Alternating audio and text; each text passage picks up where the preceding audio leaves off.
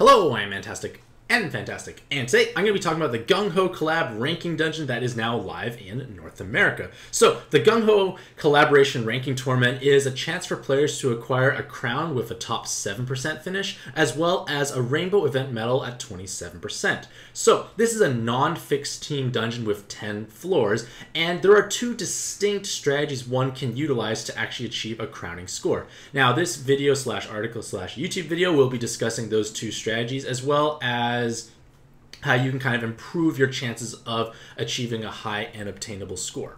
So, I did two very early morning recordings. I'm pretty sure I can beat both those scores. I've already beaten the Zeus verse score later on in the day. I haven't played any comboing more, but both accounts, like both strategies, can easily surpass 118,000 points. And the cutoff in Japan was 116 and change, so both strategies are definitely viable. So, as with any ranking dungeon, our scoring is based on several distinct components. Each average combo at the end, or total average combo count, is worth 5,000 points each. Every second remaining is 500 points. Hitting the 40 million damage cap is 10,000 points. It scales down if you fail to hit 40 million. And then each active skill used to kill a floor, basically no combo made, is worth negative 5,000 points. So, due to the fact that this GungHo ranking tournament is 10 floors long, making a combo every single turn is somewhat deflated. And that is because what you do is you actually divide 5,000 by 10, and that results in 500 points per combo made. So basically, if you can't match a combo within under 1 second, because we have to take into account animation time, it's not worth you actually matching that combo. But on the bright side, what we can do to kind of help bridge the gap, at least to help basically kind of make combos more valuable once again, is we use buttons to execute floors, which means we cut down the number of possible floors we actually match on down to, say, 7. So if we use 3 buttons and transform the dungeon into a 7-floor dungeon in the sense that we make combos only on 7 floors, each combo now becomes 500 divided by 7, or 714 points.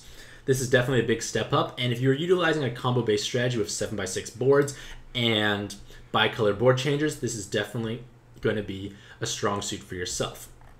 So as already alluded to, there are two paths to victory. You utilize a 7x6 board, bicolors, and buttons to basically achieve a high score, and this team composition will yield a higher score overall as opposed to a Zeus verse approach. Both can definitely crown, it's just a matter of what you are comfortable with for matching, as well as what your monster box has available. So, basically with a 7x6 and buttons, the idea is you utilize a 7x6 board, utilize bicolor board changers, bring enough skill boosts, and utilize buttons at the same time. So this is my budget solution. I'm saying this is a budget solution because the first 5 cards are all farmable. Your friend leader is, well, a friend's leader, so it doesn't matter what you have. This is kind of a luxurious inherit. It just makes my blind resist from 80 to 140%. The bicolors can be any bicolor possible. I use Leyland instead of Ilm because I don't own Ilm. Ilm is a more desirable option. Typhon is a weapon assist card from the GungHo Collab machine, so that is something you want to obviously try and roll for, as well as Brunhild is roll from the GungHo Collab machine. So this is kind of like a more budget-oriented. I know it may be daunting to see all these farmable cards, but it is a solution for players who don't have the other things possibly available. And again, because it is farmable, technically everyone can at least acquire it. So the Avidya Scepter, which is this weapon assist here, gives you 3 blind resist, or 60%. Brunhild provides 1, so that's 80. So even if you only have Brunhild and a friend, you have 80% blind resist. That's usually enough in most cases. Just 1 out of 5 runs are going to be sad, so just pray that actually doesn't happen on something that's going well. And if you don't have Ilm, I use Leyland for the last floor to ensure that I actually have a tri-elemental board that has red and yellow in order to combo through, because if I use my Sheenas, which I normally have, I may not do enough damage, unfortunately, for the last floor. So here's kind of like the general team template that you use to approach the dungeon. So whenever it says combo / bicolor, it means you either just brute force the board, or you actually use a bicolor board changer to help yourself out if the board doesn't present an easy solution or you're missing lots of key colors. So floor 1, you use Ilmina's button, which executes the 15,000 health thing, and then you solve the bicolor on floor 2, and then you're kind of on your way. So floor 3 and 4, you just solve the board or use bi-colors. Floor 5, you use Brunhild's button, because that button will actually execute the 1 million health water spawns, because you do wood damage, which is doubled. Floor 6 is basically a combo or bi-colored board. Again, just brute force your way through. Floor 7, there is a dark preemptive, so having these blind resists are going to be basically saving your run. So you want to make sure you at least ideally hit at least 80% if at all possible. One orb is changed to jammers. I generally use my bicolor board changer here just in case it takes away something inappropriate or it makes a board with far too many jammer orbs and you can't combo a high enough combo count from it. So again, just use your judgment there. Floor 8, combo or bicolor. And remember, you have a total of 1, 2 bicolors you actually can utilize for the dungeon. 3 floors you have to brute force your way through. On floor 9, it voids damage above 250,000 and they have 200,000 health. So what you do is you use your bi or tricolor board changer, then your Typhon button. That will result in the board being changed first and then Typhon's active skill killing them. You have more time to plan and prep for your match going into the boss floor, and also the boss floor actually preemptively locks orbs. So by utilizing the board changer beforehand, you kind of guarantee yourself that board pre-made, as well as giving yourself a higher combo count because it's easier to match when you have a longer time to plan and prepare your moves. So in this health column here, I only listed the highest possible health for each of those floor spawns just to give you a relative idea of what you can expect. But for the most part, with a combo-based team, you should be able to blast your way through, assuming you hit a high amount of combos, and you can always pad your damage with enhanced material killer awakenings or physical or balance or attack or whatever you find yourself having issues against. Now, this is a much more farmable approach, but if you have an Anubis, you definitely should be utilizing Anubis as a leader and use Brunhild as a sub and just drop an Orpharian. That's a reasonably, kind of like in a nutshell, how to approach a combo-based setup. Now, if we are going to utilize Zeus Verse, the key with Zeus Verse is you got to match 3 to 4 combos as fast as you possibly can without taking any extra time. Ideally, you don't get any Skyfalls because that's extra animation. Because Zeus Verse has 225 times attack damage, which is unconditional provided you are at full health. And this 10 floor dungeon only has 1 floor with a damaging preemptive, so you need 1 healing active skill. But to make your life significantly easier, you want to try and stack balance, attacker, physical, and enhanced material killer awakenings and latent awakenings. So the team that I utilize on my Mantastic account is this one here. Zeus Verse as your leaders, of course. I use Ashina for her bicolor as well as the physical killer. I use Baldens because Baldens have like 5 different killer awakenings, so they do 3 times damage against those spawns, so it makes it significantly easier to mow your way through.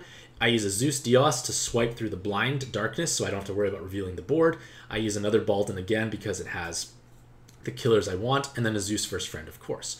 And make sure you take the mass attack badge so you actually sweep all the floors. So in terms of inherits, X's indicate that it could be just any generic card. It could be a stat transfer, it could be just blank, it doesn't really matter. But the key is you need to have 1 healing active skill. So I utilize Light Metatron because Light Metatron is the fastest charging active skill for this dungeon's purpose. And I have just enough skill boost to get her up in time when heralded on Balden. Now, you can use A10 instead of Baldens. I feel like Balden is one of the stronger options because it's red, so it allows you to match red orbs instead of just yellow all the time. Now, the weapon assists on Zeus Verse are these Flash Blasters, and they provide 1 Enhanced Material Killer. And you can put Enhanced Material Killer latents on your Zeus Verses, and this will definitely help pad your damage high enough to execute the final floor, which is 16 million health, which can be challenging to kill if you don't have many light orbs present. So it just makes it so you have an easier time. The more killers and latent killers you can stick on your team, the easier time you're going to have. So in terms of kind of like a template used for this dungeon, basically floor 1 to 4, you're just comboing. So remember, you're trying to make 3 to 4 very fast combos and just ideally not getting Skyfalls. Floor 5, you pop Sheena and then you max combo the board because there's a combo shield, and that's the reason why Sheena is brought here. You could button your way through, but I feel like that's going to hurt your score more overall because your overall combo count's low, and this at least helps boost your combo count anyways. It's a way to overcome this floor. Floor 6, you just combo again. Floor 7, there is a dark preemptive. You must use your healing active skill, and then I pop Zeus Dios and swipe. The whole board is black, and I've healed up back to full health, so when I swipe that full board of wood orbs, I instantly clear all the darkness away, and I can just keep going through the dungeon. On floor 8, you combo again, but try your best to save light and dark orbs. On floor 9, it voids damage again above 250,000. So you either do one dark combo with 2 combos total, or one light with 3 combos total. But remember, if you are using light orbs in this part here, you may not have enough light orbs for the 10th floor. And on the 10th floor, you want to make sure you TPA light and just squeeze in any more combos you can. Remember, the less killers and latent killers awakenings you have, the more you actually have to combo per floor, or the more connected orbs you have to make to actually ensure you actually sweep a given floor. So remember, the HP here is just listing the highest possible health spawn. Again, you can look at the Pad X dungeon information to see every possible spawn and the typings you will face. So now, I guess the big question left is, will North America outpace Japan? So this is a reasonably challenging question to answer because lots of different things are at play here. North America is 2 to 3 months behind Japan, so we can see these ranking dungeons after the results have been given out. We can see all the team templates, all the winning strategies. So we don't have to spend time theory crafting. So in theory, we can basically build better teams right from the get-go. We have more time then effectively to just fish for that one desirable run.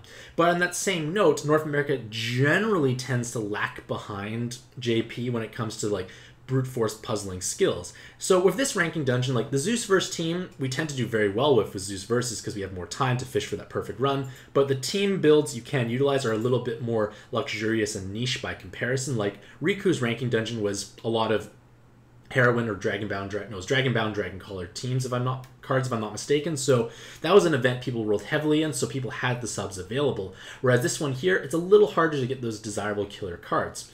Conversely, the purely combo-based teams may be a little bit more luxurious as well at the same time. It also has a higher skill cap, so maybe we'll pass JP, maybe we won't, but the cutoff was 116,250 for JP's crown, and then the Rainbow Event medal was 96,856. So, in conclusion, the GungHo Collaboration Tournament does give players the chance for a 7% crown and a 27% Rainbow Event medal. Now, while there are 2 distinct paths to achieving a crowning score, the combo-based approach will have a much higher score ceiling and, in theory, possibly be easier to crown with, assuming you have the puzzling skills to go along with it. But in that same breath, the Zeus verse team is much easier to actually possibly build. It's less stressful to play through, and it might be an easier path for yourself to achieve a crown. So, in conclusion, like, this is a reasonably exciting ranking dungeon. Like, at least there are multiple paths to victory, and I'm just going to say I'm using both of them, and let's see what the crowd say. So not many people have voted, of course, because who really likes to click on my articles? But let me know what you plan on using in the comments below, as well as what type of teams you plan on using. Hopefully you'll have a fantastic day. I wish you all the best of luck in your own pad adventures, and happy puzzling.